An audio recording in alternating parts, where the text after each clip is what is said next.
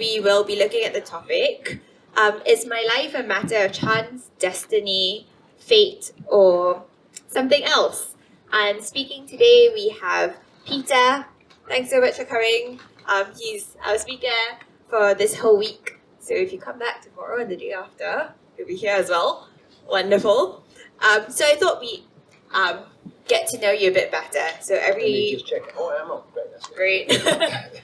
Every evening we've been asking him a series of important questions. Important questions. Yeah, really important questions.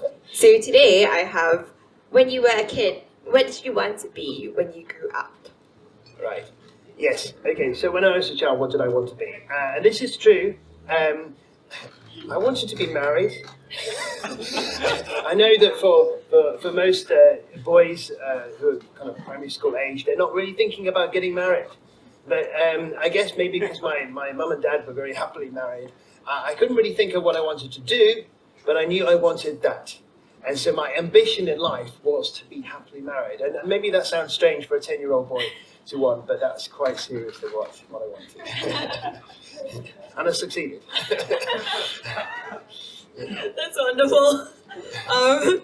Great. So I'm going to hand over to Peter really shortly to begin the talk. Just to let you know, there will be a little bit of time for Q&A later. Up behind me soon, imminently, there will be a slide with a number on it. So if you have any questions that you think of during the talk, please text them in and we'll try and get to them later if we have time.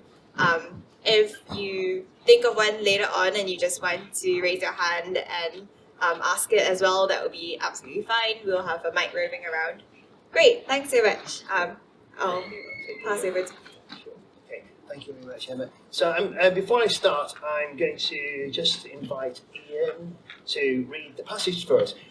So today, a little bit, in a few minutes, I'm going to be speaking on a Bible story of Jesus healing two people. And it's a really, really lovely story which ties in with our theme today, but I've asked Ian if he'll read it for us. So if you take your books, uncover books on the table, that's part of the Bible, and I'll just hand over to Ian to describe it. It's on page 22 in your uncover, see for yourself, Mark.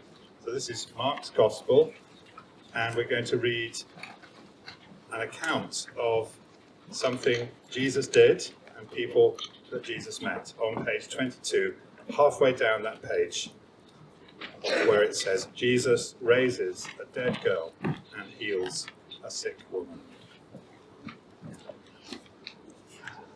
When Jesus had again crossed over by boat to the other side of the lake, a large crowd gathered round him while he was by the lake. Then one of the synagogue leaders, named Jairus, came, and when he saw Jesus, he fell at his feet. He pleaded earnestly with him, "My little daughter is dying. Please come and put your hands on her, so that she will be healed and live." So Jesus went with him.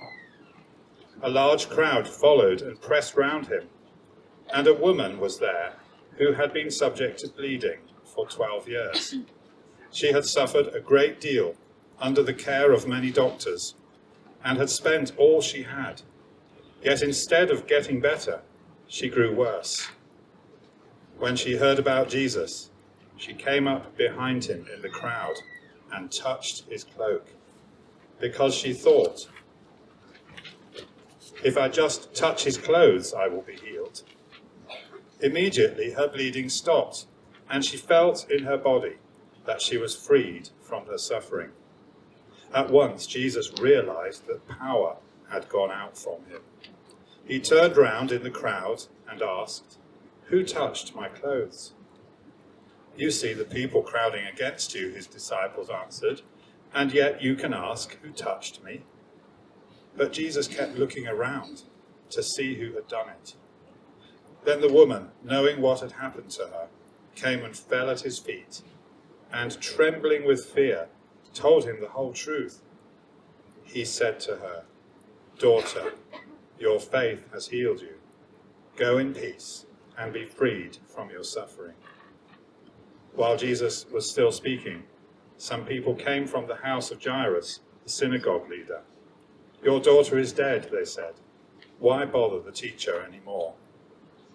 Overhearing what they said, Jesus told him, "Don't be afraid, just believe." He did not let anyone follow him except Peter, James, and John, the brother of James. When they came to the home of the synagogue leader, Jesus saw a commotion with people crying and wailing loudly. He went in and said to them, "Why all this commotion and wailing? The child is not dead, but asleep." But they laughed at him. After he put them all out, he took the child's father and mother and the disciples who were with him and went in where the child was. He took her by the hand and said to her, "Talitha cum," which means, "Little girl, I say to you, get up." Immediately the girl stood up and began to walk around. She was 12 years old. At this, they were completely astonished. He gave strict orders not to let anyone know about this and told them to give her something to eat. Thank you very much, Ian. I appreciate that. So if you maybe can keep your books open at that page so you don't lose the track of it. But before I speak about this, Emma was asking me just now what I wanted to be when I was a child, when I grew up. But actually, on that theme, completely nothing to do with what I'm talking about. One of the opportunities of being married to someone from another culture, so my wife is from Singapore, is that you get to really understand not only a new culture, but also your own culture better. It made me remember that when I was 16, on my 16th birthday, my mother came into the room and she said, "Happy birthday, Peter. By the way, just to let you know, you have my permission to get married." And I kind of looked at her and I was really surprised at what she said. I said, "What do you mean?" She said, "Well, in England you can get married at the age of 16 if you have your parents' permission. You have my permission." I said, "But Mum, I don't even have a girlfriend." She said, "I know, but at least you have my permission," and then walked out again. Leaving me there thinking, what just happened there? And many years later, I told this to my two older brothers, and my eldest brother said, yeah, she did the same for me. And my middle brother said, "But she didn't do it for me." and now I realise, looking back, and now I've got to know my wife's family much better, and I realised that what my mum was saying was that she was not trying to get me to get married at the earliest possible opportunity. As a Western person, she brought me up to be, I guess, quite individualistic, and she was teaching me to be responsible for my own decisions. Although I have to say that when my children got to the age of 16, I certainly didn't tell them that they could get married. So I've been married for 26 years into this Chinese family. We've got 3 kids: Sam, who is 23, Laura, who is 21, and Madeline, who is 17. I actually have a very good relationship with my mother-in-law, well, both my parents-in-law, actually. I'm very fond of my mother-in-law. She's a wonderful lady. But the thing is that she worries about me a lot. Well, she worries about all of us, because they live in Singapore, we live in Britain, and so she tries to protect us by worrying about us. So she'll say things like, "Stay away from the terrorists." Now, I'm not quite sure how I'm supposed to do that. I don't have contacts in MI5, but okay, stay away from the terrorists. The best one was, when you go to the seaside, be careful of tsunamis. I'm pretty sure that Britain's never had a tsunami in its history, and even if we do, I'm not quite sure I could stop it, but I appreciate the thought. And usually it's things like her asking my wife whether Peter has been taking his vitamin supplements, and I kind of like that, because it's her way of showing love. She won't say, "I love you," but she'll do lots of things to demonstrate her love and her care. You see, it reminds me actually that we worry a lot because we have very little control over our lives and over the lives of the people that we love. We can do things to protect ourselves and those that we love, but there's very little that we can do to guarantee that life will work out for the best. Now, the last time I came to Durham was in 2013 to do an events week almost exactly like this with the Christian Union, giving these sorts of talks. And after one of the talks, a Chinese student came up to me and she said, Peter, I believe in the law of cause and effect. And I didn't quite understand what she meant, so she went on to explain that. She said, well, you know that good things happen to good people and bad things happen to bad people. And I thought about that for a while, but I thought, well, in some ways it's partly true that, you know, I've never had an accident in my car. That's partly because I've been a pretty careful driver. But you see, it doesn't always work out like that, does it? That actually sometimes good things happen to bad people, and sometimes bad things happen to good people. Now, my wife's sister, elder sister, was the kind of person that most of us in this room would probably say was a good person by human standards. She was a committed Christian. She was a doctor who had chosen to work with special needs children. She was a loving wife and mother. She never got drunk. She never took drugs, or I think she never even cheated or lied. She wasn't perfect. She had a bit of a temper, but she was trying to deal with that. But in 2007, she was diagnosed with a brain tumor very deep in her skull. And the operation to remove that brain tumor failed. And she bled internally, and she was in a coma for, unconscious in a hospital bed for 7 years. So for 7 years, she was unable to speak or move or do anything until she finally died in 2015. There's 8 doctors in the family, but none of them could help. The best medical care in the world and enough money to pay for it, and still there was nothing to be done to save her. And from the beginning of time, humans have wanted to control our lives, to make sure that we avoid the bad things and we bring in the good things. And it can be pretty scary when we think of life and we have no control over. And that fear sends people in one of two ways, either towards religion, hoping that maybe by making sure that the ancestors or the gods or the spirits treat us well, then we will avoid misfortune, or going away from religions thinking, well, there's not much we can do about it, so we may as well enjoy ourselves while we can.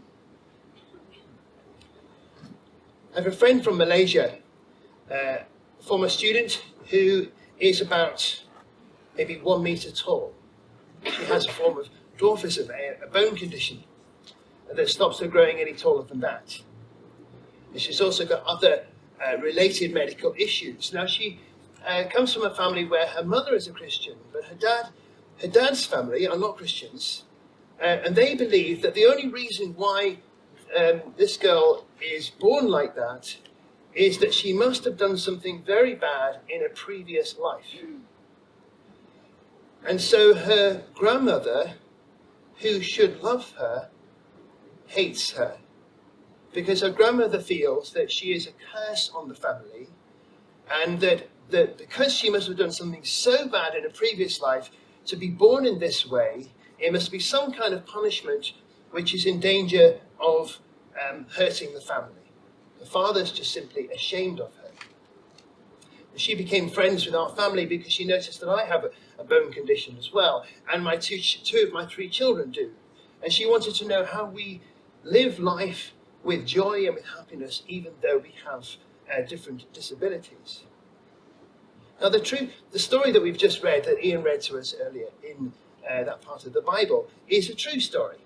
Now, you may think, well, it sounds a bit unrealistic to talk about healings and someone being raised from the dead. I can assure you it is true. If you want to know why I think that, you can ask me later. But this was at the height of Jesus' popularity, and they knew that Jesus was no ordinary teacher. He healed a lot of people. And so when he stepped out of the boat, there were lots of people all wanting to touch him and talk to him and spend time with him. But there was this one man, this very important religious leader called Jairus, who fell at his feet and begged him and said, "Please heal my daughter. She's dying." This little girl of 12. Now this is every parent's nightmare.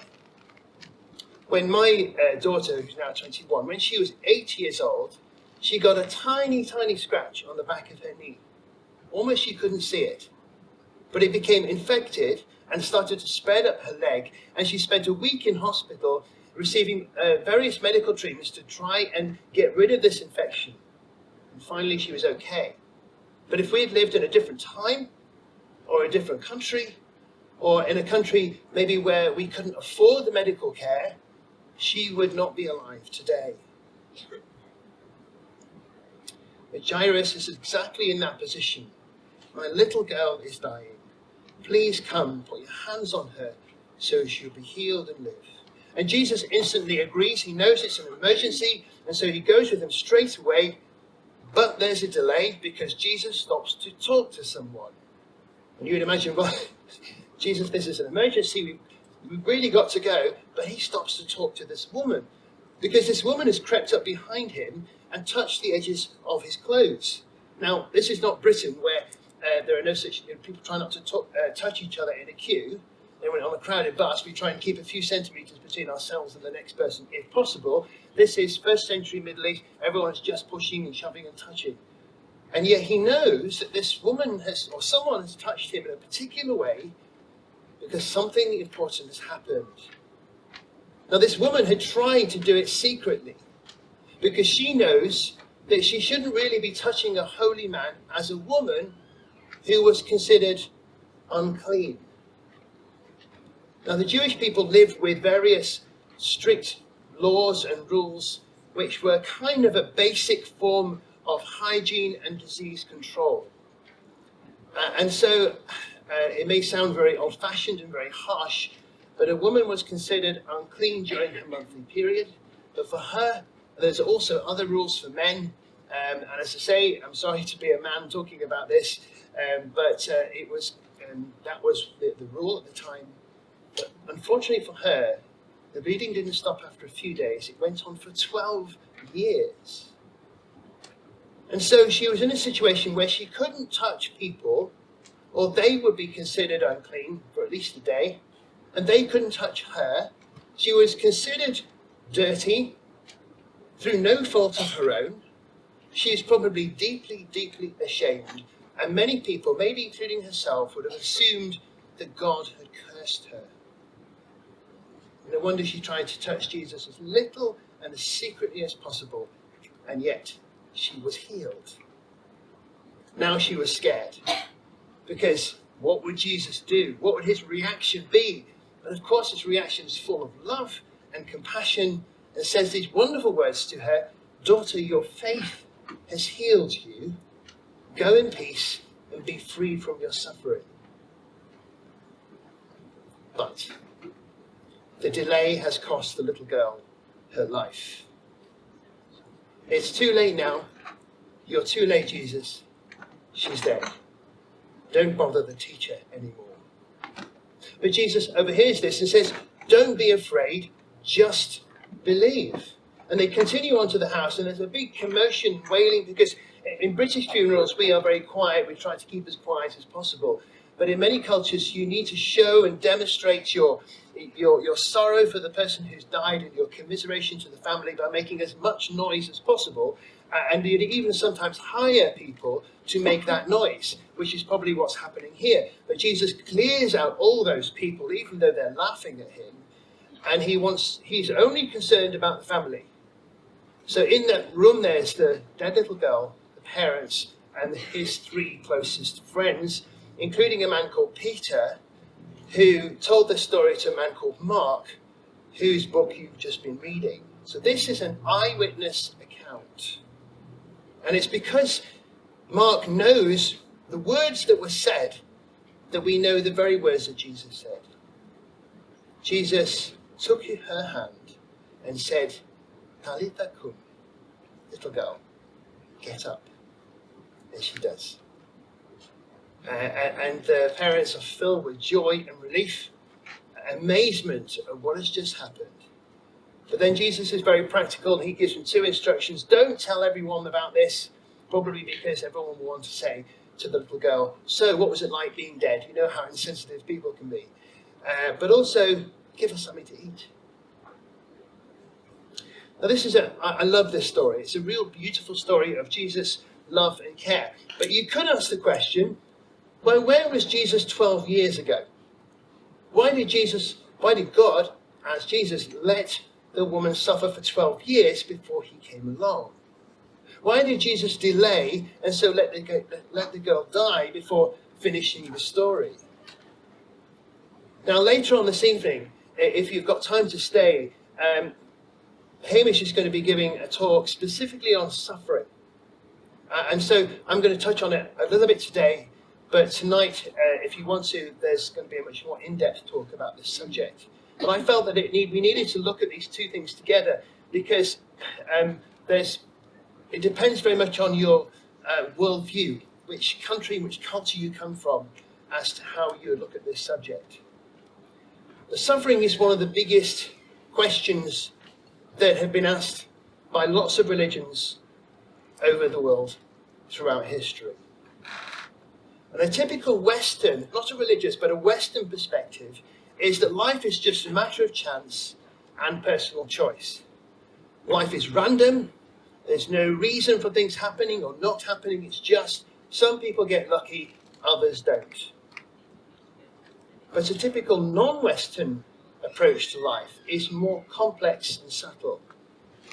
Life is not necessarily just random chance. There are forces beyond human control that affect our destiny and our fate, which we can't see. And much of traditional religion and cultural practices are aimed at trying to manipulate the powers of the universe to benefit ourselves and those that we love, whether it's manipulating the chi, making offerings to gods and ancestors, or doing things to bring good luck into our lives. Many people believe, as my friend's grandmother does, there's a cycle of birth and rebirth through life, and we accumulate good or bad karma, which affects our next life, even though you can't remember the previous one. None of these are Christian viewpoints. Is that what you believe? I wonder what it is that you believe, how you believe life to be. When you came to Durham, did you think maybe there was a purpose for you being here? Now, in my Bible, this is my Bible, the Bible does talk a lot about suffering. And the first, maybe 75% of the Bible talks a lot about suffering as actually a lot to do with human evil. So things that we've done, we do to each other, either because of cruelty or neglect. And you've already got to look at the wars and famines and rich countries and poor countries to see that that's true. But there's other reasons that the Bible says that don't quite get to the answer. But it does ask the question, God, why do you allow suffering? The last 25% doesn't ask that question. Because in this part of the Bible, people believe that the question has been answered. Now, the last 25% is the story of Jesus and his disciples, his followers, and the birth of the church. And there's a reason why people in that part of the Bible believe that the question has been answered. A Greek philosopher once said that there are 3 things in life that can't happen altogether, or 3 things which can't be true all at the same time. One is that God is loving and kind and good. The second is that God is all-powerful. The third is that suffering exists. And because we know for certain that suffering exists, either that's an illusion, or it means that God is not all-loving so he's powerful, but he doesn't want to do anything about it. Or that God is loving and kind, but he's not all powerful, so he can't do anything about it. And for many people, they look at that and they're stuck. But from the Bible, we know that there is a fourth thing. God is all love and kindness. God is all powerful. Suffering exists. God suffers. God suffers. You see, not long after this, Jesus was taken by his opponents and accused falsely and whipped and beaten and dragged through the streets and nailed onto 2 pieces of wood to be hung naked and bleeding in the utmost shameful way. And he did that to close the gap, to pay for the things that we've done wrong, which keep us away from God, to bring us home to God the Father. And once the writers of the Bible had seen God himself suffer like that, when they knew that he was powerful enough to opt out at any moment, they realized that they could trust him. They could trust him. When my mother died when I was a student, someone asked me, "Does this affect your faith in Jesus?" I said no, because I trust him. I can trust not a God who's far away and distant and doesn't care about me. I can trust a God who stoops down and says to a little girl, "Talitha kum." I can trust a God who went to the cross and died for me.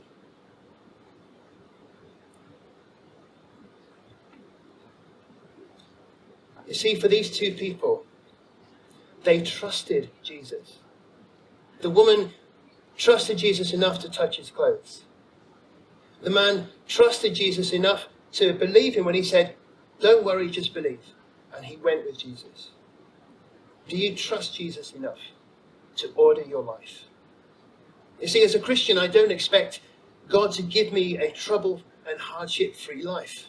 I don't expect him to make my life easy, but I do trust that God has my best interests at heart. You know, if we'd stopped the story in the middle, that would have been bad news. And sometimes we are suffering ourselves, or other people are suffering. We kind of say, that's in the middle of the story. We haven't finished the story yet. But suffering and hardship that we go through, if I trust Jesus, makes me a better person, helps me to sympathize with others, helps me to become closer to him. And in the end, if I trust Jesus, in the next life and in this life, there is joy, and more joy still. I'm going to finish with 2 stories. First of all, 5 years ago, I had a major operation. So I have this bone condition where all my joints are a bit too tight and they don't really fit properly. But I also have a heart condition that I was born with. And so 5 years ago, I needed my heart to be operated on. And to do that, the doctors had to cut from here, round the back, to a big, long incision like this. Then they had to winch my ribs apart.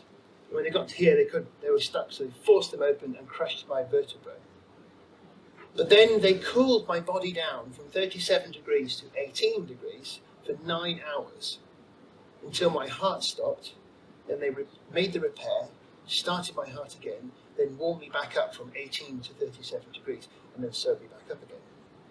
It was a huge operation.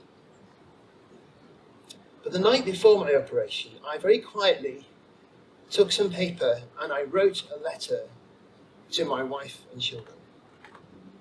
Because I knew that there was a chance that I would not live through the next day. And it's one of the hardest things I've ever done, to write a letter to say goodbye to my wife and kids. To say how much I love them, how much I long for them to continue to follow Jesus, and what a real privilege and pleasure it's been to be a husband and a dad. Then I sealed the letter and gave it to my friend and said, "If I don't live, please give this to my wife." But I could not be afraid. I wasn't able to be afraid. Because I knew that I had committed my life to Jesus. No matter what happened the next day, I was with him, and the ending of the story would be good. Now, to finish, yesterday I told a story about driving in the snow. Well, this is about driving in the fog. So when I was much younger, I went to a restaurant with a friend, and it was up in the hills near Manchester, which is where I come from. And then after we finished in the restaurant, we got back into the car. It was dark, and the fog, the mist, as you can only get in Northern England, had come down, and the visibility was really bad, maybe 3-4 meters in front. And I had to drive home along country lanes in very thick fog. So I said to my friend, no problem, I know the way home, I know these country lanes really well, but of course I got lost. I said, don't worry, soon I'll see something I recognise, and then I should be able to get home.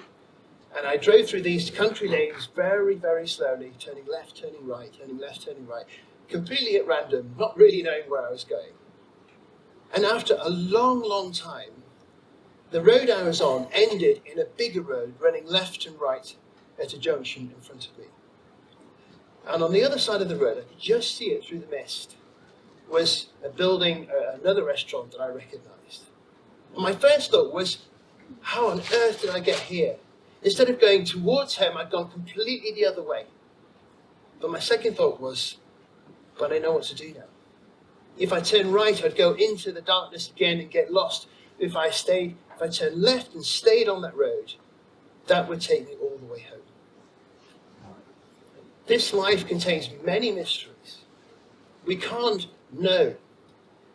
But let's not leave it to just random chance, because it doesn't need to be. Because we've got someone who says, put your hand in mine, trust me, and I will lead you home. So your task this week really is to ask, which way are you going to turn? Thank you very much indeed for listening.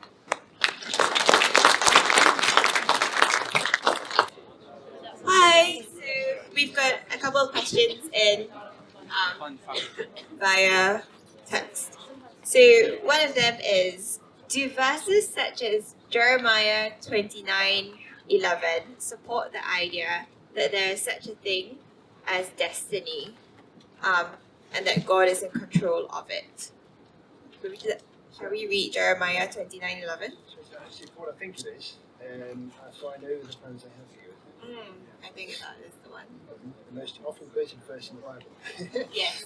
For I know the plans I have for you, declares the Lord. Plans to prosper you and not to harm you. Plans to give you hope and a future. And actually the next verse says, then you will call on me and come and pray to me, and I will listen to you. You will seek me and find me when you seek me with all your heart. I will be found by you. So, when we read a verse in the Bible, it's good to look around what the verses are before and after. And this was written to the Jewish people who had gone really far away from God. They hadn't listened to God's rules and God's laws and God's commands. But God still loved them. And he wanted them to come home. Let me just check the question again. Yeah. Sorry. Support the idea there's such a thing as destiny. Yeah. God, to be honest with you, it's one of these things where you have to hold things in tension. My wife says that kind of Western thinking likes things in boxes. And non-Western thinking is a little bit more happy to hold things which are somewhere a little bit grey or not so in boxes, not so clear cut. And that's true. I studied the Bible in Singapore in a college that was for Asian graduates. And I actually, the point is that the Bible teaches that God sees all things, that he sees the future, he knows the choices that we will make. But the Bible also teaches that the responsibility for making those choices is ours. So we could say, this is God's plan for us, but actually we can also say that we can go away from God's plan. But Jesus died on the cross so that we could come back to God's plan. So all of us have gone away from God in small ways and in big ways, but we're away from him. Until we trust Jesus, then we can come home. Now, I don't know the answer to this question absolutely. I don't think anybody does. I think if someone says, I know the answer to destiny, perhaps they don't. But we have to hold these two things in tension. That God knows everything that's going to happen, but he also says, you need to make the right choices. But I will also say that even when we make the wrong choices, this verse says, come home to God. Great, thank you. So another question that we've gotten is, although God suffered through Jesus, this doesn't explain the horrific widespread suffering that exists that Jesus was not exposed to. Therefore, is saying that God suffered truly an answer to the problem of suffering? Yeah. One of the when I became a Christian at the age of 17, for 2 years I answered my friends' questions who were kind of throwing everything they could at me, and it was good training for answering questions. But one guy said, how long does a cancer sufferer suffer? It can be years. And he said, how long was Jesus on the cross? Was it 9 hours?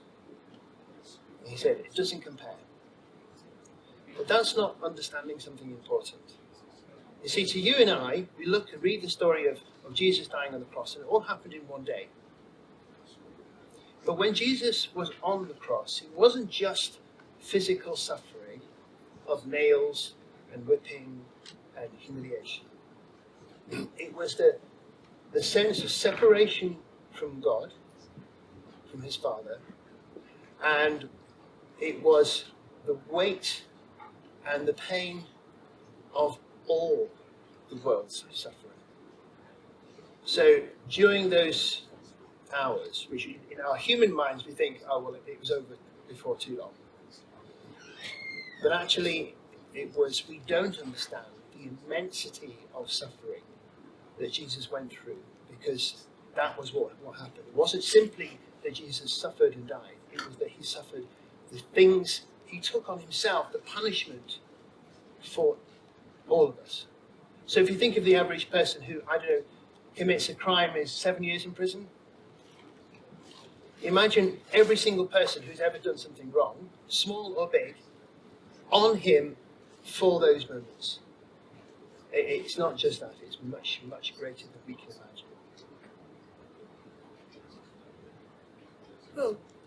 So just a quick note, if you feel like you want to follow up on that, you can just text me again or just raise your hand.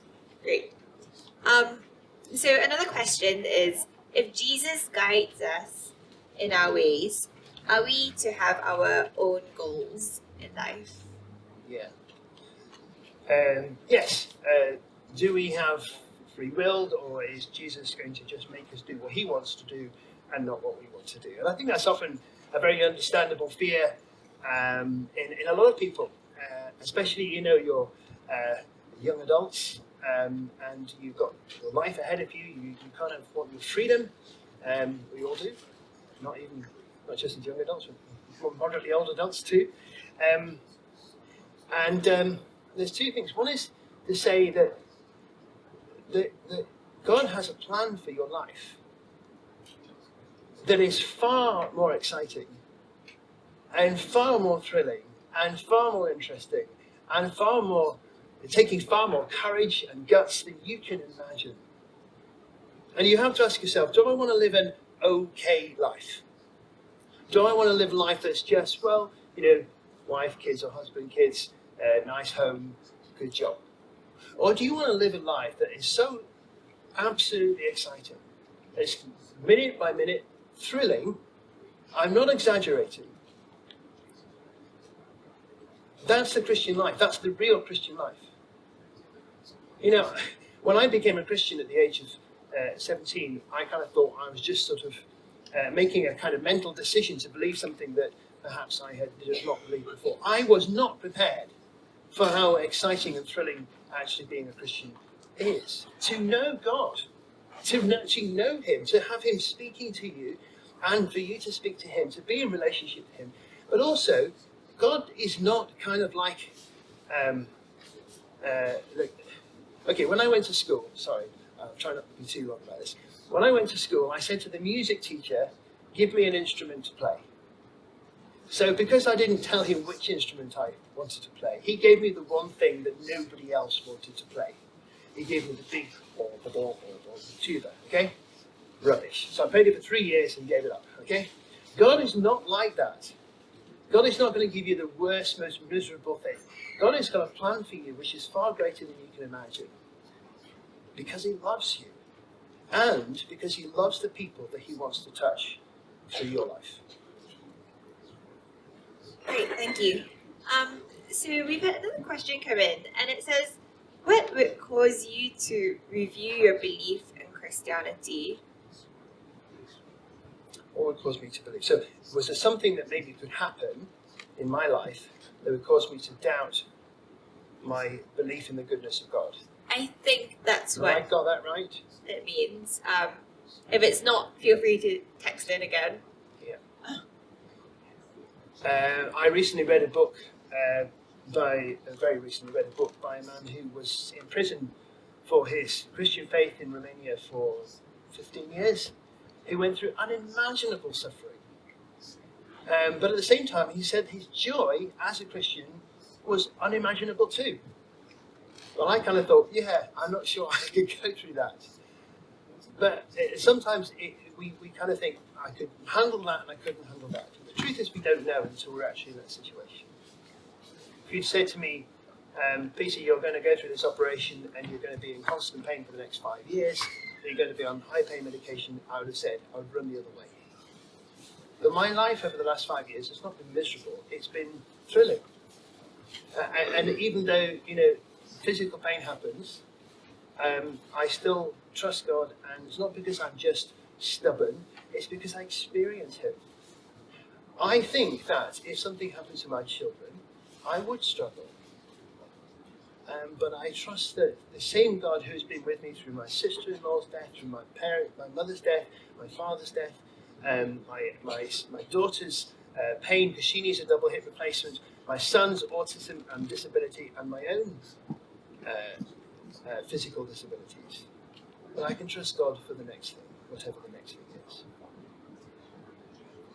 is. Just to say that I don't want you to say that I want you to think that I've suffered a lot. I don't feel that I have.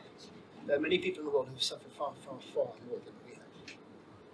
Great, thanks so much. So another question is, you said in your talk that you believe the end of the story will be good. So the question is, where is the end of the story, and is it the end of life? Yeah, I'm glad you asked that question. All of these questions are really good, by the way. But that question, because as I was saying it, I thought, oh gosh, I'm not being very clear about this. The end of the story, in some ways, is as soon as we put our trust in Jesus. We may not see the full end of the story until the next life. So, we begin to experience God's love and reassurance and presence the moment we begin to trust him. But when we die and go to be with him, there will be no suffering, no pain, no tears, no crying. But in order for that to be true of us, we do need to trust him. If we don't, we are still on the outside looking in. So we've got time for one last question, and it's, if God is unchangeable and completely consistent, how can he suffer? How can he suffer? If God is unchanging and consistent, how can he suffer? That's a good question. Okay, time there. We've had enough now. I'm going to go home. Now, I think that's a great question. I think probably the best way for me to answer that is that it says that Jesus, in some ways, Jesus died on the cross 2,000 years ago. But the Bible also says that the lamb, that's one of the Bible's names for Jesus, was killed. That's the picture of Jesus dying on the cross. before the beginning of the world. So there's a mystery there. I can't really understand quite how that works,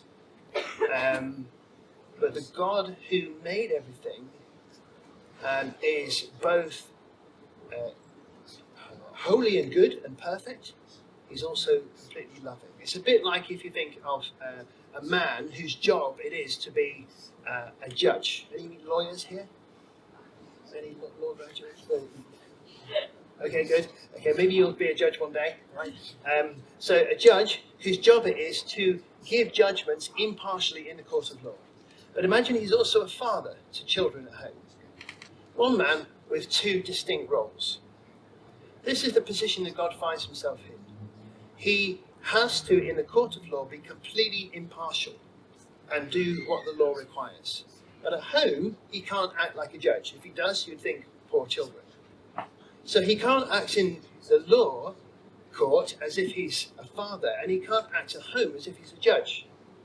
So what God does is that he sent Jesus, his son, to die and suffer in our place so that God can close the law case on us and run home and treat us as his children.